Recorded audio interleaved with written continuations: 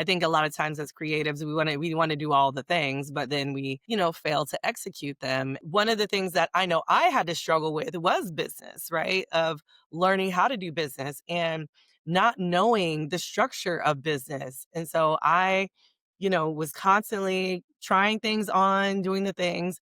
And I am so thankful that I have been running my business for 15 years as an entrepreneur, and this is my only job.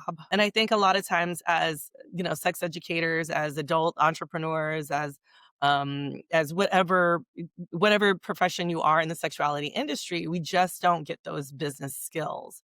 I want other people to thrive in this business too.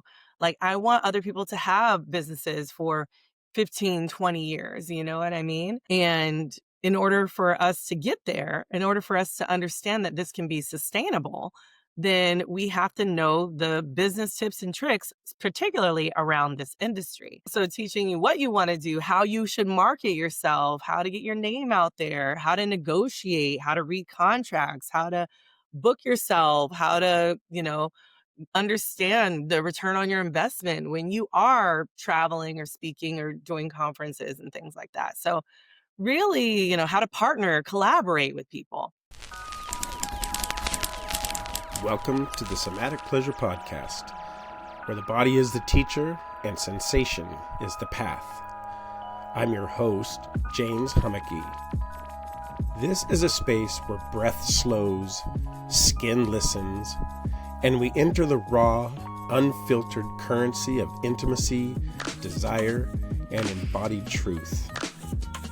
This space isn't sanitized, it's real. Some of what we touch on may be explicit and not suitable for children.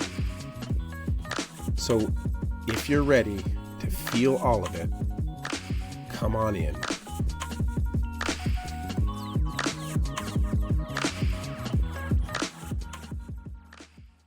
Today, I have the immense pleasure of introducing you to Marla Renee Stewart. Marla is an award-winning certified sexologist. She is, and I love this term, a sexual strategist.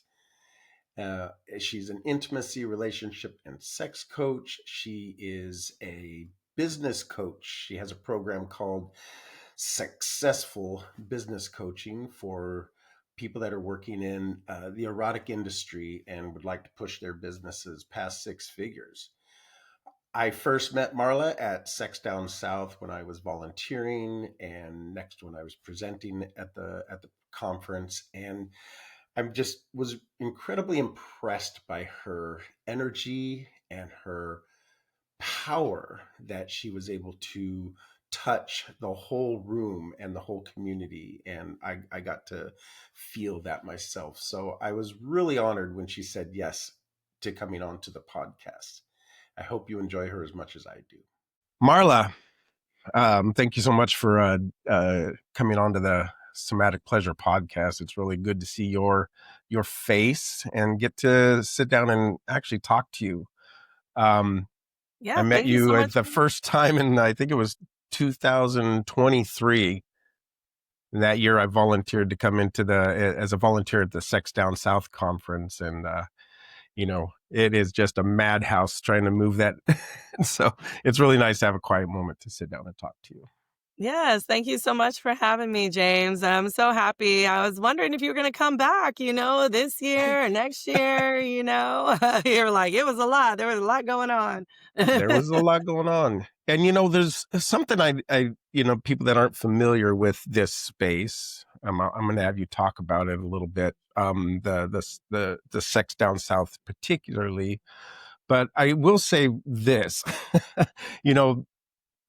we in some ways are on very different ends of the spectrum. And I mean, here I am, a straight, white, male, middle-aged guy, and then coming into this very inclusive BIPOC, very feminine space is the way I kind of felt it. You know what I mean? And I don't know, I felt a lot of love and acceptance and I've had a great time and I learned a lot from this space. So, yeah, why don't we let people know a little bit about what is Sex Down South and how that got started, and then we'll go into some other things after that. Yeah, absolutely. So Sex Down South is a sexuality focused conference. I say it's education and pleasure. We focus on both. Hmm. So it's like we, teach during the day, right? There's presentations and workshops during the day, and then we have fun and party at night, entertainment, that kind of thing, fun and games. And we have a healing space where we have volunteers who Hmm. do everything from body work to on call, emotional support to all sorts of types of healing modalities, Reiki, massage. And then we also have a dungeon. So, of course, me being a Black, queer, kinky woman, had to include all the things. Yeah. Uh, so that's kind of in a nutshell what Sextown South is, and it's a very inclusive conference, and we really strive hard to love on everybody regardless of your identities, and, I think it's like a big sex positive, like, family reunion, I would say. So, yeah, and it got started basically because I was throwing house parties. Like, Tia and I were, um, throwing house parties together, and, like, 200 people would be at my house, and we'd be having a great time, and I was like, she after throwing all these parties for, maybe a couple of years, we got on, she was in my house, and we just talked, and we were like I was like, "I wanna do a conference," you know? "I wanna do, like, a Hmm. 3-day conference." And she was like, "Let's do it. Like, do you know how to put on a conference?" "No, I don't know how to put on a conference." "Oh." So we, got some mentors, um, and we started planning. So a year from when we started planning is when we had our first conference. So, yeah, and that was our first conference was 2015. So we are Um, celebrating 11 years. This is our 11th year. So we are excited to be bringing, the message, the movement of sexual liberation right. to many, many people. So yeah, it's kind of Well, been I can just say from personal experience, you're doing a damn good job. I mean, I actually, it does have a family reunion feel to it. And I've made some really amazing friendships that continue to this day. And actually, a few people that I met there are going to hopefully be on the podcast soon. nice, awesome. Yes, love that. So I We've had know, people get married. We've had what's people that? meet and get married. Right. Yeah. We'll see if that happens sometime in the future. But the conference, that's where I first ran into you, and then really actually preparing for this podcast, digging deeply into your work. And you're on your way to a PhD, it looks like. Mhm. And you also have the company Velvet Lips, which is an education company. And you have and you're a coach, an entrepreneurial coach, right? So I'd like to talk to you a little, have you talk a little bit about that business coaching side, because I think a lot of people that are in this, sex positive space and that are doing, sex work on that level have a really difficult time creating business. And how do we do that? Bridging those gaps. Yeah. Well, one of the things around it is like we as creatives probably, right? I think when we get into this industry, there's an element of creativity of why we get in, so we have a lot of people who thrive on their creativity. Hmm. And one of the things that I know I had to struggle with was business, right? Of learning how to do business and not knowing the structure of business. And so I, was constantly trying things on, doing the things. And I am so thankful that I have been running my business for 15 years as an entrepreneur and this is my only job, right? Like I don't do anything else. I'm very thankful. And I think a lot of times as, sex educators, as adult entrepreneurs, as whatever profession you are in the sexuality industry, we just don't get those business skills. Right. And so yeah, I was just like, for a while I was rejecting it actually for a while because people would come to me and they'd be like, "Marla, I want to do what you do. How do I do that?" And I'm like, Uh, okay, there's so many different paths, right? I went down the academia way. Um, I in my past I've done sex research. I'm a sexologist, so there's a very much academic path for me that I have brought, but you don't have to, there's lots of people who don't do that. So for me, it was more so about how do I want other people to thrive in this business too. right, Like I want other people to have businesses for 15, 20 years. You know what I mean? Um, and in order for us to get there, in order for us to understand that this can be sustainable, then we have to know the business tips and tricks, particularly around this industry, right? right, We get a lot of times people who want to take advantage of us, who think, okay, well, you're just doing this for education, or you might have some other job elsewhere that's right. supporting you and you're just doing this on the side. And I really just want to let people know that no, you can actually do this full time.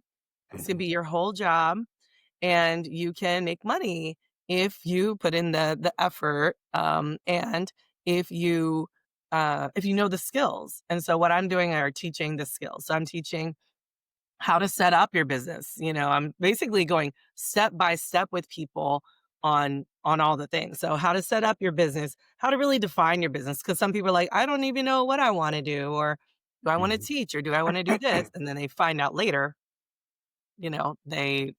there's something, maybe they're not a fan of whatever it is, right? Like I had an intern and she started teaching and then she was like, I don't want to do this. I was like, great. And Right, now you know. the reality doesn't match the fantasy in so Exactly. many ways, actually. Exactly, exactly. But yeah, so teaching you what you wanna do, how you should market yourself, how to get your Mhm. name out there, how to negotiate, how to read contracts, how to book yourself, how to, understand the return on your investment when you are traveling or speaking or doing conferences and things like that. So really, how to partner, Yeah. collaborate with people. So really That's a just really important piece right there is that Mhm. partnership and collaboration. Because I know, like, I mean, I've been an entrepreneur since my 20s, and there's often that feeling of I'm doing this alone. There's nobody else out there, or if I don't have that contract really well written or whatever, between a collaborator, that the communication gets weird. There is a idea of just I'm just going to do it all by myself, and that just that Mhm. that really doesn't work well. And in the healing industry, which is I also kind of include what you're doing, what I'm doing, in Oh, this kind of absolutely. healing industry. You're right. There's a lot of people that don't know how to value what they're doing, much less market what they're doing. Mhm. And oftentimes, like, what is it that I'm actually doing? We have this, we're going to stick our hands in there. We're going to do it. There's these good results. How to describe it, I don't know. So you help people do that, is what it sounds like as Yeah, well. absolutely. Help them Yeah. to manifest or help them, dream big, have goals and do the things, right? Like really Yeah. execute. I think a lot of times as creatives, we want to do all the things, but then we, fail to execute them. And I mean, there's definitely projects that are still in the back of my mind, you know what Oh, I yeah. mean? But, You wouldn't what do be an you do, entrepreneur if there wasn't like this whole list. Okay. Right. Or a creative, right? Is like, and that's never ending. Sometimes it seems like it's how do you not get caught up in, like, oh shit, I need to and do the next thing, like, be okay with what you're doing and focus. Mhm. So I wanted to ask you also, like, what brought you into this industry? What was your interest? Where's your history? Where'd you come from? Yeah, yeah, absolutely. So my mom was a teenage mother. And so Mhm. she basically kind of, I would say, turned out to be a sex positive parent only because out of fear, right? Like, Mhm. and so she really educated me on as a young person early on, was just like, hey, this is your body, this is what happens to your body. And when I got to be, a teenager, a young person, she's like, when you get horny, this is what you do. You go to the store, you buy condoms, I mean, it's Right. very straight, right? Very, like this is what you do when you feel this way. Mhm. But this is what a UTI feels like. This is what BV is, or this is, like really educating me on my body and all the different kinds of results that might happen with my body. Um, and so from there, I was really interested, just I think, in sexuality because I came out. I came out as bisexual when I was 16. So I had my first boyfriend, and then I, had sex with him. Then I had my first girlfriend, and then, having sex with her. And then, my mom going up to her mom being like, do you know our children are having sex? And her mom was like, at least they can't get pregnant, like whatever. Like, that's all I care about, There's a pro. Mechanics aren't there for that. So we're good. And so Yeah. I think really having that kind of and growing up in California too. I think part of it is like there's a lot of comprehensive sex ed. There was a lot of more people I think are a lot more liberated I think there. At least Amen. where I was from in the Bay Area in Northern California. So um and then as I got to college, I, was studying human sexuality. I realized kind of like I was giving advice, like sex advice to my friends, my yeah, all my friends, and they were just like, "You're really great at this," and I was like, they're like, "You should do this," and I was like, "Yeah, I should. Like, this should be my Right. job," and that's literally how I was like, "Oh yeah, no, I love educating, I love teaching, I love helping people with their bodies and around sex Mhm. and and having that type of liberation with my own body. Um, but I think that was, cultivated over time and pushing myself to not give in to shame or stigma or people who Mhm. wanted to keep me down for whatever reason around my sexuality, or wanted to numb my sexuality. And um, so after college, I went to graduate school and my best friend was like, "Start your business now, because when you graduate, you'll be done, and then Yeah. you'll have your business going." And so that's exactly what I did. And so, um, yeah, so with that, I realized over time, I was like, "Oh, I'm really good." I read The Art of Seduction by Robert Greene, and I was like, I "Oh," was and love, right? And then, I of was gonna course, ask you about this. Yeah, go ahead. yeah, then the side of me that was like I was reading on learning styles and I was like, "Oh my god, this is together." I was like something clicked in my brain. So that's where my sexual theory of the seduction learning styles came in. So for me, it's really about I tell people I specialize in seduction, communication, and enhancing people's sex skills. That's my Mhm. lane. If you want to talk about trauma or childhood trauma, not my lane. I will refer you to someone else. You know what I Excellent. mean? I understand it, I know it, but it's not my lane. I don't specialize in it. And so I specialize in pleasure and helping people to get back on track with their sex lives, with themselves, with other people. So, Well, I really love that piece too because, I my initial start into this world was pretty focused on trauma, working mm, with people in trauma and, ex-combatants and a lot of different things like that. And over the years, I got really tired of that, always like it's it's a lot of heavy stuff. emotional It's a labor heavy too. stuff, yeah. And so coming at it from this more pleasurable side, this stuff still rises.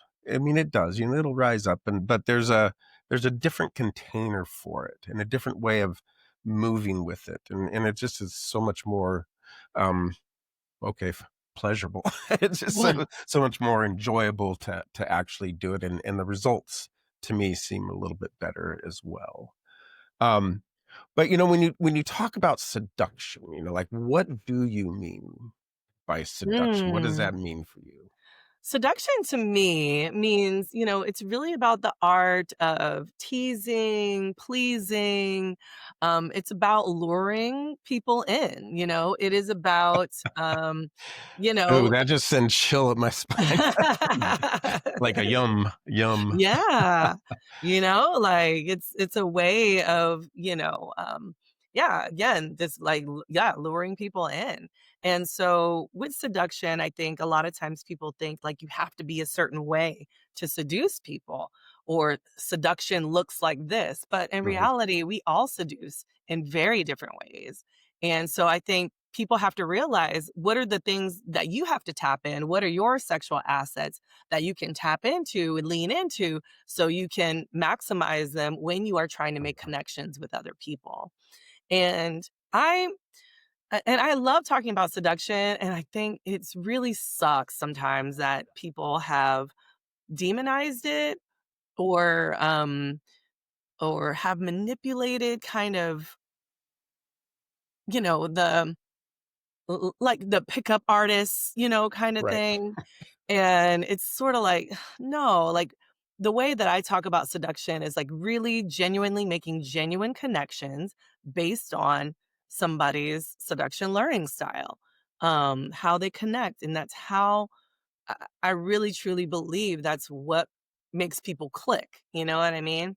Um, and so, yeah, I feel like that's in a nutshell, seduction is goal oriented. Flirting, non goal oriented. Could Okay. flirt, have All right. fun, tease, but seduction is like I'm zoning in, right? I have a target in mind. This is what I'm going after. So it seems like in the way you're talking about it that mm, it's really knowing your sensual erotic power, your tools, your um desires, and being able to actually navigate that and in some ways control it, like, so if it's just like out there, I'm sexually free and I'm seducing everybody, that doesn't seem like it's very, productive. But if I can bring that in, what a powerful stance. Am I catching on to the what you're talking about? Yeah, yeah. It's it is, you know, I think there's something to be said about like having your own sexual agency and being able to feel free and liberated in your own body. And that kind of energy, I was just talking to Annette Benedetti the other day, and we were talking about how, you know, when you are very comfortable in your body, when you're very secure and you feel safe in your body, Mhm. that type of energy, it shows in your aura. You know what I mean? It shows in your energy. And so it's really easy to kind of navigate if you are already empowered in that way. Mhm. But it's going to take time to get there if you're not already there because of the childhood, the childhood, whatever, right? The sexual scripts that you've been fed, all the different social Right. institutions that you've been a part of that have been ingraining messages into your brain. Yeah. Then having to try to unlearn the things that don't fit you because they might be inauthentic and navigating that. So, it is, I would say it's definitely a challenge, um, in that way, but, for the most part, I think when you are empowered, that energy shows. It's sorta like when the relatable way I say it is, like, if you work in a corporate job, you go to your job, you see your colleagues every day, you talk to them, you make friends with them, water cooler conversation, whatever. Somebody is really happy, you're usually like, "Ooh, that person got laid," right? Because like, the energy is that thick, you know what I mean? So, it's there's something to be said about the power of sexual energy, and I Yeah. think, um, when you use that in seduction, that makes it even more powerful. Yeah, that's um yeah, it seems like a piece of our culture that is so repressed and so sort of shunned, put in the dark, that bringing that what you're talking about, like the conditioning Mhm. is a big job. And some people don't quite make it through, I know that. But in that same vein, how do you see the state of sex education right now? Whether it's school kids or in college or just in general in the public. I know what you're doing. You're way out there and very on edge, and there's and it draws a lot of people that are very well informed or desirous of being informed, but that's not typical around the country or around the world, really. Yeah. Well, exactly. Like growing up in California, like, we have comprehensive sex ed, but then I'm in the South, right? I go between Atlanta, Georgia and Fort Lauderdale, Florida. So like, come between South Florida and Atlanta, Georgia, oof, it's, abstinence only education, right? There's a lack of education. I have a client right now I'm seeing who hadn't had an orgasm in 20 years. And so, like, just didn't know anything about her body and, like, Hmm. the ways that she can orgasm, and it's just like, oh, this is, like, heartbreaking. I mean, I wouldn't have a job, but, so Right. it's still it's still heartbreaking, you know what I mean? Um, the Southern, living in the Bible Belt, having that religious trauma, the religious shame, the stigma around sexual behavior that is deviant or perverted in a sense of, Hmm. the kinksters and not monogamous, which is wild to me because in the South, we have like the most kinkster groups, the most swinging groups, the most non-monog I mean, it's like, what? Like, Right. when I go back to California, when I go back home, I'm like, "Where are the swinger clubs?" They're like, "No." They're like, you can do anything you want anywhere, It's just like, but here's it's like, "Where's the secret place?" or "Where's that place?" or, there's neighborhoods that are like, "This is a swinger neighborhood. It's a hush hush. You Wow. gotta know which one it is," It's like, it's That's it's funny. fascinating around, the the, I feel like it's almost sad that the people, they think that they're gonna be judged because of what they like to do, you know? Hey there. I am so glad you're here, and I hope you're enjoying the show. And if you are, be sure and hit that like button and subscribe to the channel. You know the drill, and it really helps us out. And if something hits home or you have a question, please leave a comment. I look forward to the interactions and I read them all. Thank you so much. And now on with the show. But Sexually. don't you feel like, that dynamic tension between that, this is bad and we're going to keep it, we're going to do it, but we're going to do it over here secret. Like it really invigorates something within us too. You know what I mean? Oh, yeah. We like the novelty. We like the secrecy. We like the, Yeah, the dangerousness of it. yeah, Yeah, I, I, absolutely.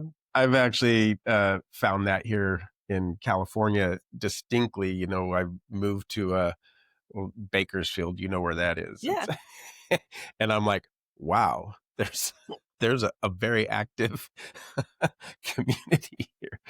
Easier to Mhm. find than just about any place else. Like you were Mhm. saying, it's very interesting. Um, Dad, if you're listening to this, it's not true. My It's mom used not to your run my neighbors. registration desk at Sex Down South, so she's like, "I'll take some classes," But now, I have a kid, so now she's just, on grandma duty. Oh, right. Okay. Perfect. Well, just kind of coming in and bringing some of this around to also the more inclusive spaces, and you talked in your dissertation a little bit about the cultural kinkscapes.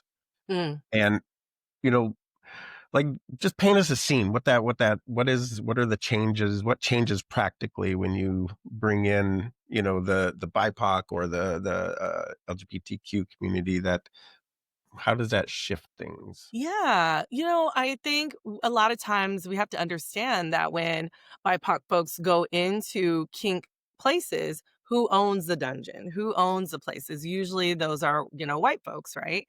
And so, we usually attract like-minded people or people of same identity, right? So when you came to Mhm. Sex Down South, you're like, holy shit, there's like 60%, 70% black women, right? But me and T are black women, so of course there's gonna be more people. So, Yeah. again, walking into a dungeon, if the dungeon owner is white, then of course they're gonna be attracting, more white people. And so as a BIPOC person who might be a kinkster might go in and say like, "Hey," they might, not feel like they belong or, may even feel fetishized in the space, or may feel like, there's just sort of an isolation.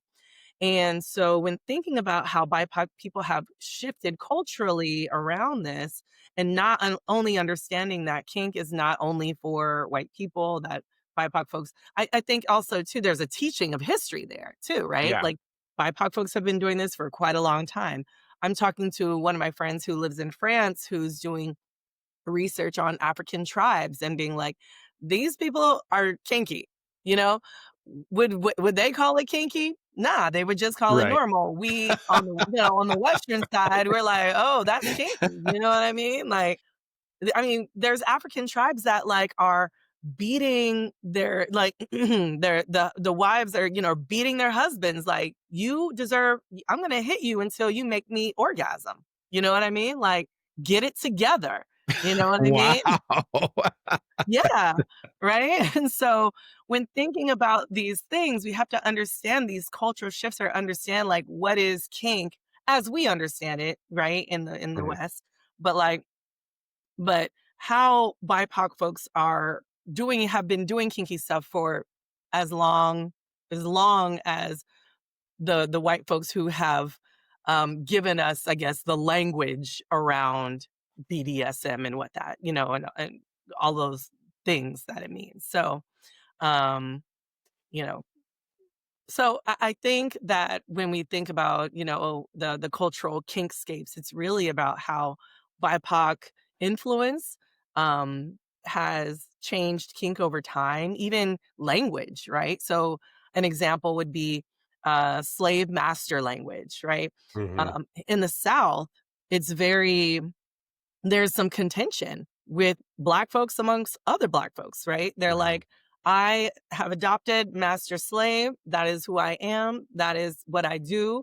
And then there's some folks who are like, I am triggered, right? I am activated by master slave language.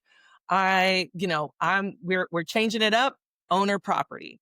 So it's owner and property with there's no master slave. So we can still engage in our kink without activating sort of that historical precedence of slavery and how that can really, you know, draw us down, or not, take us out of the pleasure that we receive in kink, right? Mhm. And so I think how we're shifting language, what that even means, like how we're even a part of that shift, especially as we think about chattel slavery and its effects on the U.S. So yeah, so I talk about how we've developed, consent models, how we've uh, how we move in spaces. What does it mean to be intersectional in kink? How we're Mhm. Mhm. navigating Mhm. privilege and oppression in kink spaces or amongst our identities. And a lot of it is taken from the Race and Kink series that Luna and I did. And how we, got a bunch of BIPOC kinksters doing different kinds of kinks, and how they were navigating the world with those Mhm. kinks. And so yeah, there's like lots of different elements to it, but mostly I talk about sort of the history and BIPOC influence, and what that looks like amongst all the different types of kinks that are out there.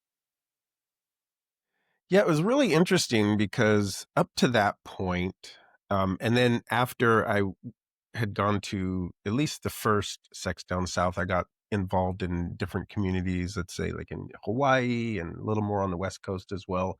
Um, and the flavor, like I'll just call it like that to me, like there's like a depth, that was happening at the conference. And then, of course, there's a lot of energy at the conference, but, I entered a couple other spaces, tangential spaces that were, there's a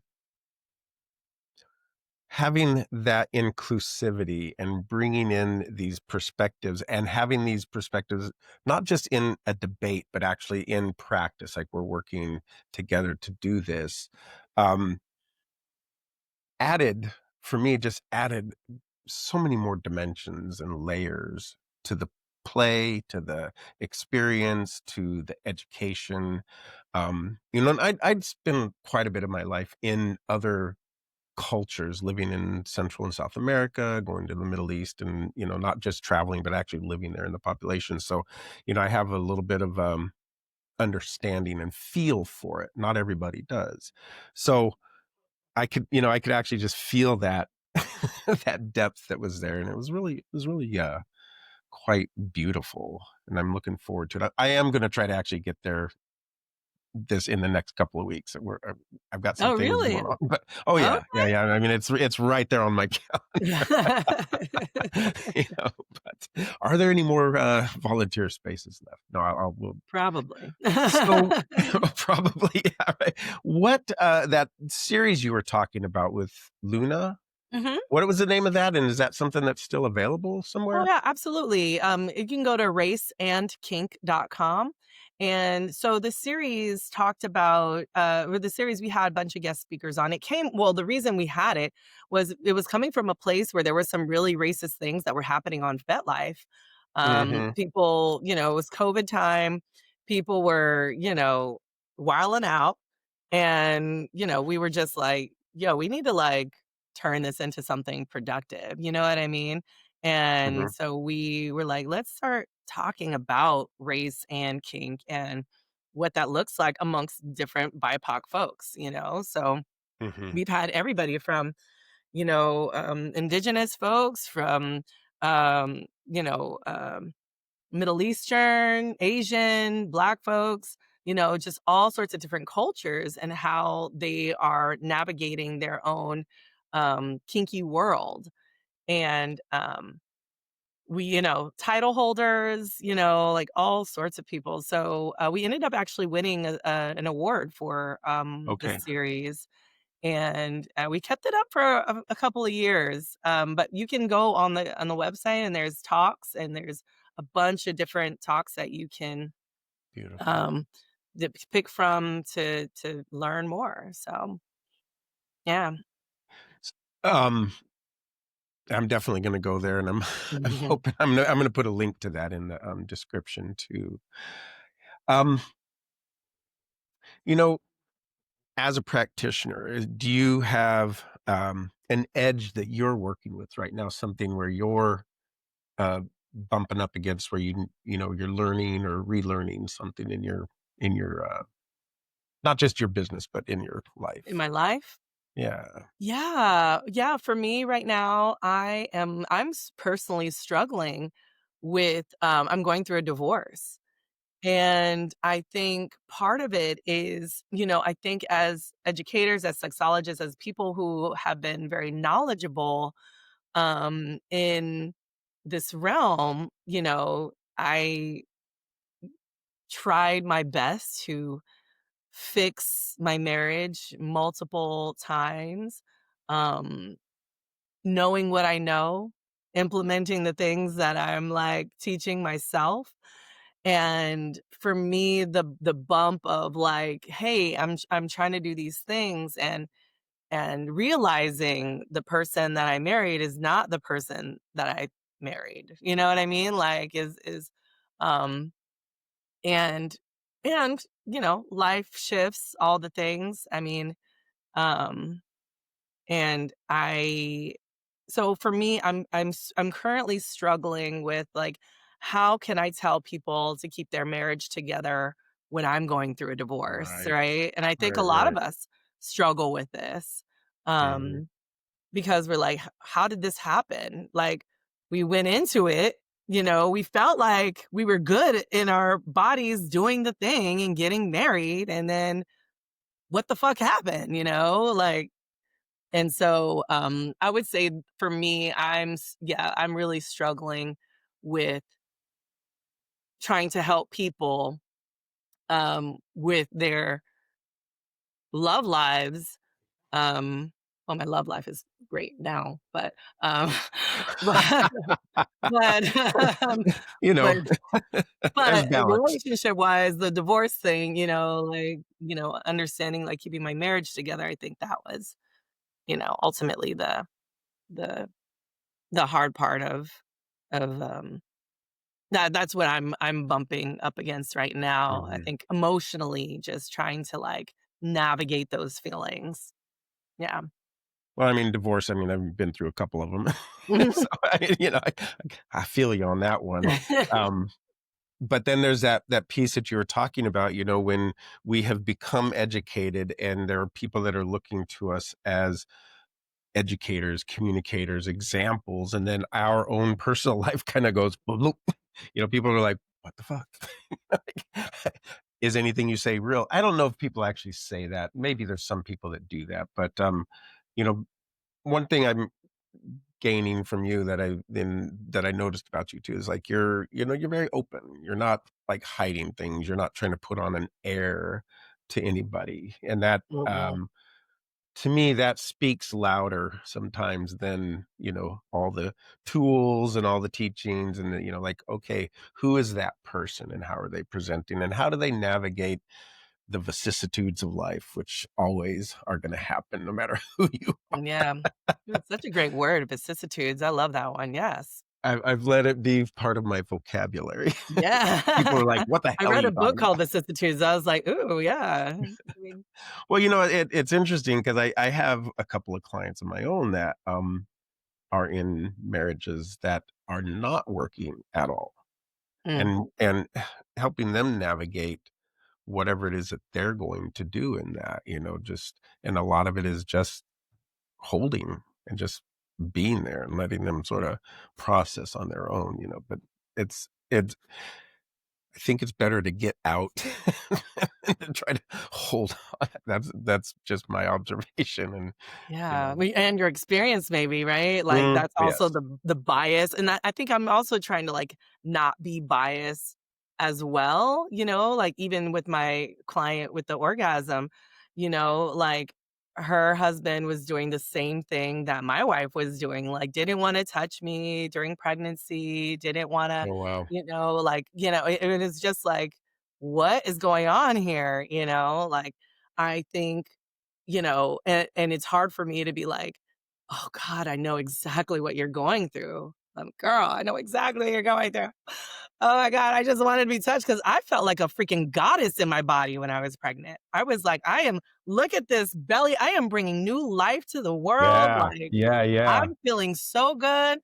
And then I have a person who's supposed to be my partner for life who doesn't wanna touch me, who Mm. doesn't and I'm just like, "This is it's not right." You know what I mean? Well, I mean, I And personally find it incredibly sensual, and, when my first wife was pregnant, it was like, wow, that was some of the best, time that we had in our whole marriage.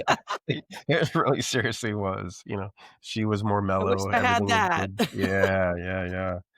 Well, I know we're coming into a place where we're gonna have to pull this in, um, but I wanted to ask you this. If you wanted to if you wanted the listeners to get one thing out of this or an action that they should take out of this, out of, our interview today, what would that be for you? Mm. That's kind of a curveball, I know. Yeah, no, to take out of this, hmm, I think people should stay curious. Um, Mhm. that is one of my things that I will live and die by. Is staying curious. And with the staying curious, one of my rules is, like, try everything 3 times. You know what I mean? Try it at least 3 times, see if you like it, you know what I mean? Because you never know, co and if you don't like it, you tried it 3 times, you don't like it, come back to it in 5 years, because your body's gonna change, you might change, you have gone through an evolution, come back to it, try it again 3 more times, you know what I mean? So, just really stay curious about really stay curious about who you are as a person, stay curious about your body, stay curious about your partner, stay curious Mhm. about your life, and, like, just step out of the box, you know what I mean? Just step out of the box and just kind of free yourself from maybe those the the the shackles of stigma, shame, things that don't serve you, you know what I Right. mean? So yeah, I would say that. bunch of things, but That's one of I mean, there's so many threads we can pull on. I say this every podcast that every person that I interview, probably could talk to you for like 4 hours and not even get, all the Mhm. get all the depth. We didn't talk about Black feminine dominance, for instance, Oh, and we yes. didn't dive into that. Maybe that'll be for another time. Yeah. Um, I'm happy to come on again anytime. and the but you're coming back to that curiosity piece. That's one of the things that I love about the kink and BDSM world um, is that there's a openness, a container to be able to explore without, there's like this overall rule, don't yuck somebody's yum. You don't get, I mean, of course people are doing it, people are judging, people are calling each other names. There's all the drama that happens everywhere, but for the most part, you get to really explore, and sometimes I've seen people really, they're like, oh yeah, and they get really deep into whatever it is, the pain, and then the other people are like, oh no, that's great, they take their little thing out, they go home and they're good. Mhm. That's a wonderful part of it. So I know this episode is not going to air before the upcoming It's conference, and okay. I'm sorry about that. Maybe we can do that another time, but what do you have in the works, or that's happening now that you'd like to let people know about?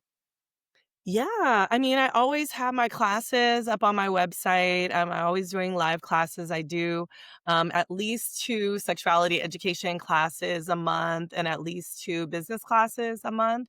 Mhm. So people can find those at velvetlipsexed.com, or if they're interested in more business classes, if they're an educator or sexologist or whatever intimacy professional, I have a program where I coach people through business. So, I'm here to help you thrive, help the people thrive.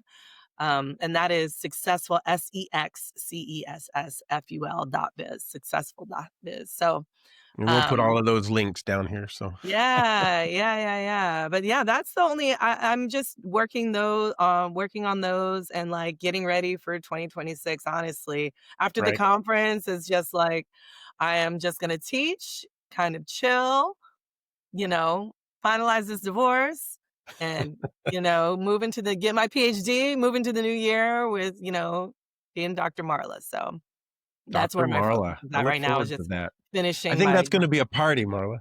Oh, yeah. Are you kidding me? That is gonna be a good party. Are Just you kidding me? It is going to be epic. Okay? Okay? looking forward to that for sure. Well, I know that you gotta go, and here we are. I think we've covered most of the bases for the first time out, and, it's really good to see your shining face all the Aw, way thank from, are you you. in Atlanta now? Is that where you I'm in Yeah, Fort Lauderdale right now. or Fort Mhm. Lauderdale, okay, that's beautiful there too. Oh, yeah. Anyway, so you have a wonderful day, and thank you so much for being on, and, I hope to see you, soon, actually. Yeah. Well, Alright, thank you so much for having me. I appreciate you bringing me on. you betcha. Thank you for once again tuning in to the Somatic Pleasure podcasts. If anything moved you or landed deeply or sparked a question, please be sure and leave a comment and share this with all your friends and the folks you feel like might benefit from the information here. Please be sure to like and subscribe and hit that notification bell so you don't miss any of the upcoming episodes. Every Friday, 10:30 a.m. Pacific Standard Time, and be sure to join the live Q&A afterwards. And if you want to keep this conversation going, please join us inside Pan's Sanctuary, a private community for seekers of truth, lovers of embodiment, and somatic mischief makers. Hope to see you there. Have a great day.